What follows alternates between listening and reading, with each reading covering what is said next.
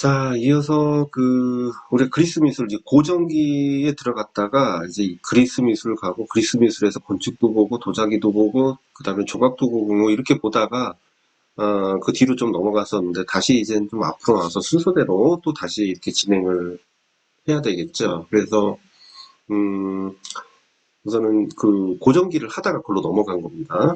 고전기를 하다 넘어갔고 이제 30페이지로 가면 그냥 뭐 거기랑 관련 없는 작가들이 나와요. 그래서 여기서부터 또 차례차례 봅니다. 음, 베노초 고철리라는 사람인데 이게 르네상스. 그래서 사실은 이게 후기 고딕에 같이 겹쳐 있는 사람이죠. 여기 보시면 15세기 중후반에 피렌체에서 활동한 르네상스 화가인데 여기서 마사초, 그다음에 필리포 레피를 비롯한 15세기 초반의 피렌체 화가들이 자연의 제형문들. 그러니까 우리가 마사초는 지오토의 영향을 받아서 인체와 그다음에 그 옷의 어떤 질감을 알기 위해서 굉장히 사실적인 묘사가 주를 이뤘었잖아요. 그래서 15세기의 초기 르네상스라고 보시면 되는데, 그런데 그때 이제는 굉장히 인체나 원근법이라든가 건축을 통한 어떤 기념비적 특성, 원근법이 입체감을 통해서 이렇게 나타나는 것을 피렌체 화가들이 추구를 했었잖아요. 그래서 여기서 보시면 자연의 제형 문제에 주목한 반면에 고철리는 특유의 뭐를 경쾌한 화면 분위기 조성 및 세부 장식, 그것은 뭘 뜻하냐면 어, 아직까지 그 고전, 우리가 중세에서 고딕, 후기 고딕의 섬세함, 그리고 비잔틴 양식이 남아있다. 그래서 이것은 뭐 이게 굳이 써야 된다면 경쾌한 세부 장식이 남았다라고 하는 것은 결국은 후기 고딕, 후기 고딕의 그 중세 양식, 그래서 후기 고딕의 그 섬세한 어떤 세공술, 그래서 섬세한 표현,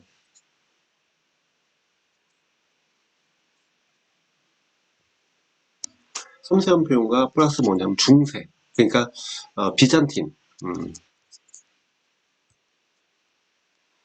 비잔틴적 요소가 남아 있다라는 겁니다. 그러니까 후기 고딕 우리가 예전에 뭐 수업 때 말씀드렸지만 후기 고딕이 음, 그 금세공이 발달하다 보니까 굉장히 섬세하게 나타나는, 그러니까 중세는 되게 섬세하게 나타나는 것 자체를 하지 않았잖아요. 그런데 후기 고딕에 가서는 중세긴 하지만 섬세함이 나타난 거예요. 특히 금세공에서. 그러니까 회화에도 영향을 줬어요. 근데 비잔틴 요소는 중세의 어떤 성상화의 어떤 특성들, 장식성 이런 것들이 비잔틴 요소라고 볼 수가 있어요. 그래서 보시면 15세기 중반에 피렌체 화가가 장식적, 지적 방향으로 흐르는데 일조를 했다. 작품 보시면 되게 화려해요. 그리고 중세적. 그래서 그런 특성들이 물론 입체감이나 어느 정도 그런 것들을 강조되긴 하지만 그래도 굉장히 중세적 특성의 장식성이 많이 남아있다. 그래서 일생 보시면 뭐 금속 세공사 및 벽화 장식가로 미술에 입문했고 피렌체의 세례 성당의 총동문에 기베르티의 조수로 일했기 때문에 아무래도 섬세한 어떤 그런 요소들이 후기 고딕의 요소들이 나타나기 시작했겠죠. 그래서 뭐 주요 작품 나와 있고요. 그 다음에 그 위로 가시면 세 명의 돈마마스와 그를 따른 수많은 인파 각각 벽면에 그린 이 벽화는 금칠로 그 마무리된 화려하고 밝고 화려한 색채, 그 다음에 당대인들의 추상민 의상을 재현한 우아하고 정교한 인물 표현. 그래서 굉장히 정교하긴 해요. 왜냐하면 후기 고딕의 특성이니까. 그래서 정교한 인물 표현은 후기 고딕이라고 따로 보셔야 돼요.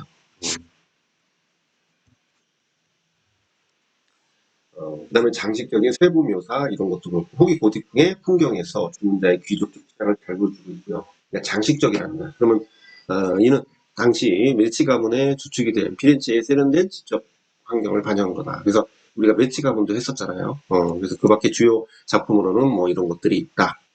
거기까지 보시면 되죠. 그러니까 르네상스에서는 굉장히 어떤 법칙 위주로 표현의 어떤 대가들의 어떤 표현들이 나타나는 시기에 굉장히 장식적이면서도 세부적인 표현이 나타난 그런 어떤 작가라고 보시면 되겠죠. 그 다음에 아실 고르키, 그래서 고키, 고르키 이렇게 얘기하는데 아르메니아 출신의 그 미국 추상표현주의 화가라고 볼 수가 있죠. 근데 이 사람은 이제 표현실주의 작가 출신입니다. 그래서 최초의 추상표현주의자로 불리고 강한 생명력과 그 성적인 분위기를 띠는 유기체적 추상. 이 사람은 유기체적인 추상이라는 얘기가 항상 많이 나와요. 그래서 이런 작품들, 그죠? 이런 작품들 보시면 이렇게 나오고, 그리고 뭐 여기는 보실 게 별로 없고, 그 밑에 보시면 뭐 센트럴 예술학교에서 공부를 했고요. 그래서 초창기 작품은 폴 세잔의 영향을 보여주기도 하고요. 그 다음에 피카소, 입체주의 영향도 받아들이게 됩니다. 그래서 1930년대에는 작품들이 입체주의 기법과 초현실주의 자동기술법을 실험 적용한 것들인데 아무래도 초현실주의 자동기술법 이것을 중심으로 했다고 보셔야 돼요.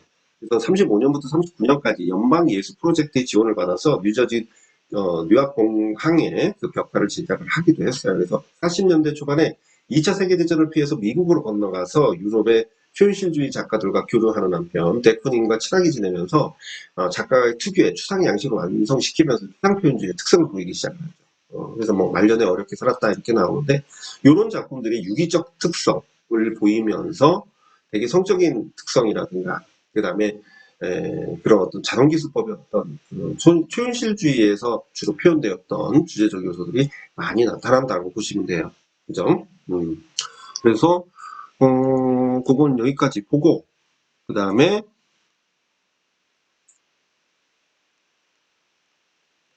수상표현주의에서 잠깐만 좀 더 보고 넘어갈게요.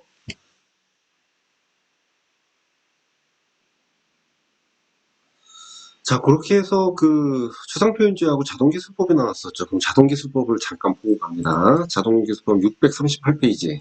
638페이지인데 우선 자동기술법은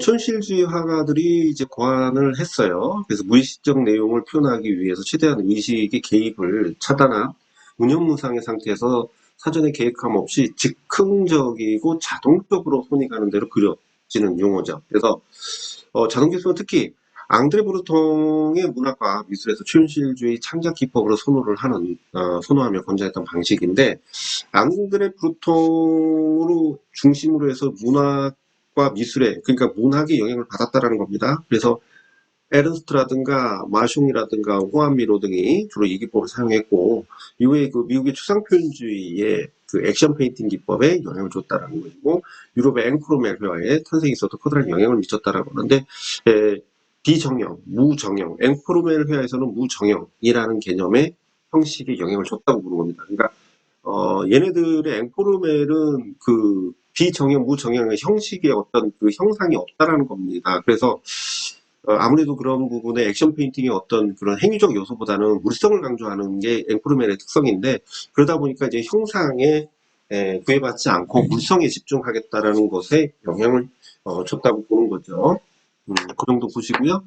그 다음에 추상표현주의 좀 뒤로도 좀 보는 걸로 합시다.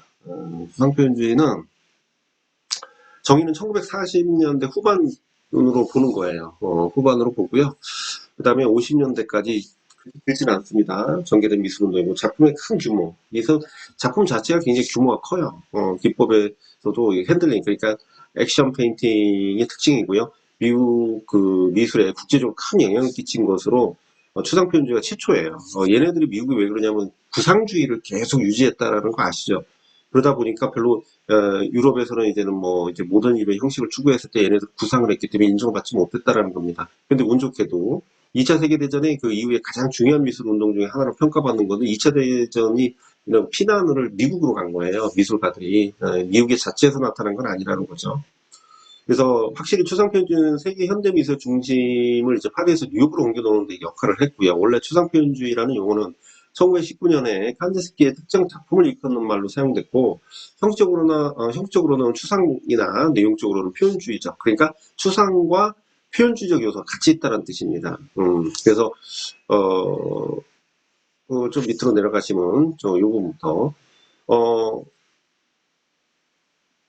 이 범주로 분류되는 화가들은 주로 뉴욕에서 활동했고 서로 활발히 교류했고 다양한 그룹이 나눠졌는데 이들 비슷한 점은 작품의 형식이 아니라 예술에 대한 견해 그러니까 그들 공통적으로 전통에 대한 저항 정신과 표현의 자유를 추구하는 것이 공통점이라고 본 겁니다. 그래서 우리가 폴락의 그 액션 페인팅의 어떤 특성을 중심으로 봐서 그러지 각자의 개성이 굉장히 뚜렷해요.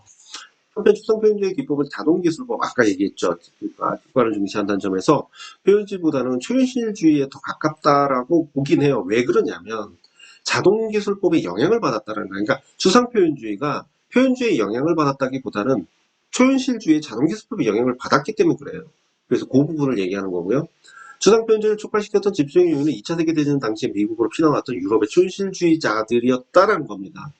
그래서 앙제 브루통이 강하게 지지했던 아실 고르키, 그 초현실주의와 추상표현주의의 가장 중요한 연결고리로 영향관계를 본다고 볼 수가 있죠. 그 다음에 그 밑에 특징과 의의를 한번 볼게요. 추상표현주의 화가들의 작품 매우 다양했는데 때로는 추상적이지도 표현주의지도 않은 것도 있어요. 예를 들어 데크닝의 연작은 구상적이며 로스코의 회화는 표현주의적이라고 볼 수 없다라는 겁니다. 그러니까 생면회화를 얘기하는 거예요. 그러니까 여기서는 사실은 추상표현주의에서 우리가 미술사를 배울 때 추상표현주의 다음에 생면회화가 나오잖아요. 근데 그게 같은 시기로 묶어져서 크게 보면 하나로 봐요. 그러다 보니까 선회를 했다라고 보는 게 맞는데 여기서는 추상표현주의를 크게 봤을 때 로스코의 생면회화도 추상표현주의로 본 거라고 여기서 그렇게 해석을 한 거야. 근데 우리는 보통 추상표현대 액션 페인팅에 어떤 강렬한 어떤 행위적 요소가 있는 것과 그 이후에 생면회화로 선회해서 생면 추상을 한 사람들이 따로 있다 이렇게 구분을 하는 게 오히려 편하죠. 근데 여기서 크게 봤다라는 겁니다. 폴록의 액션 페인팅처럼 폭발적인 에너지를 표현하는 작품이 있는가 하면 로스코의 생면 회화처럼 정적이고 사색적인 작품도 있어요. 구분하시는 게 차라리 편해요.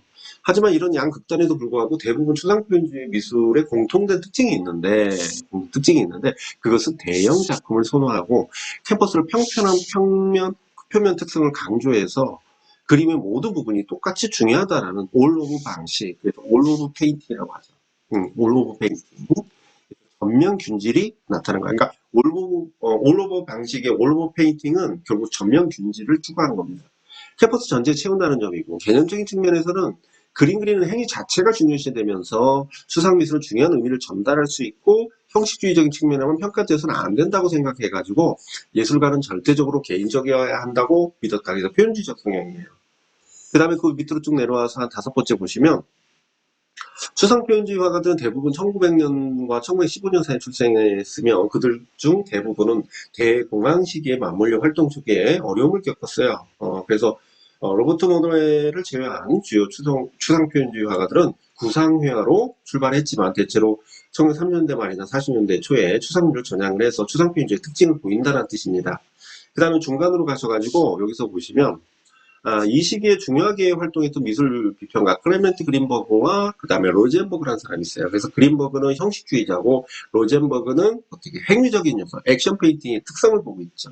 그래서 추상표현주의에 대해서 비평적으로 다른 입장을 보인 게 얘는 형식주의적 특성을 보이고 있다. 로젠버그는 행위적 특성을 보이고 있다. 이렇게 해서 구분을 하고 있어요.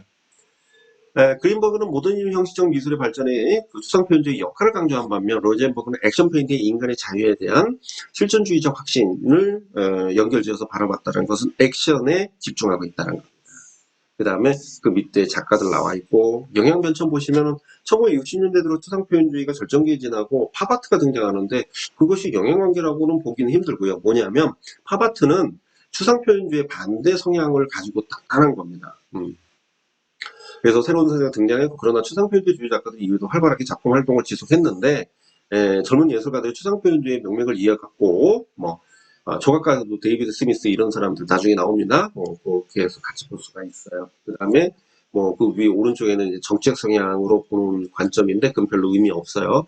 그리고 밑에서 5번째 보시면 추상표현주의는 자유를 저는 새롭게 정의 내리는 것 같다. 그래서 이전에 보지 못한 구조였다고 해석을 하는데 추상표현주는 1950년대 말부터 쇠퇴하기 시작을 하지만 이후에 20년간은 미국 가장 중요한 미술론의 영향을 발휘했어요. 그래서 그 영향력은 뭐냐면 추상표현주의, 추상적인 요소는 모더니즘 성향을 계속 이어나가는 방식으로 해서 하드엣지 미술이라든가 그 전에 생면회화, 그 다음에 하드엣지라든가 결국에는 미니멀까지 이어지게 되는 절차를 밟게 되고요. 그 다음에 표현주의적 성향은 행위적인 요소, 그래서 우리가 퍼포먼스, 그래서 인간의 행위적 요소를 출발점으로 해서 다양한 어떤 인체를 도구화시켜서 표현하는 그런 인체 예술 자체가 해프닝 이런 것들, 그 다음에 뭐 플럭서스까지 포함해가지고 전부 그런 부분에 영향을 줬다. 이렇게 보고 있는 겁니다. 그래서 두 가지 양상으로 영향력이 있었다. 이렇게 보고 있어요.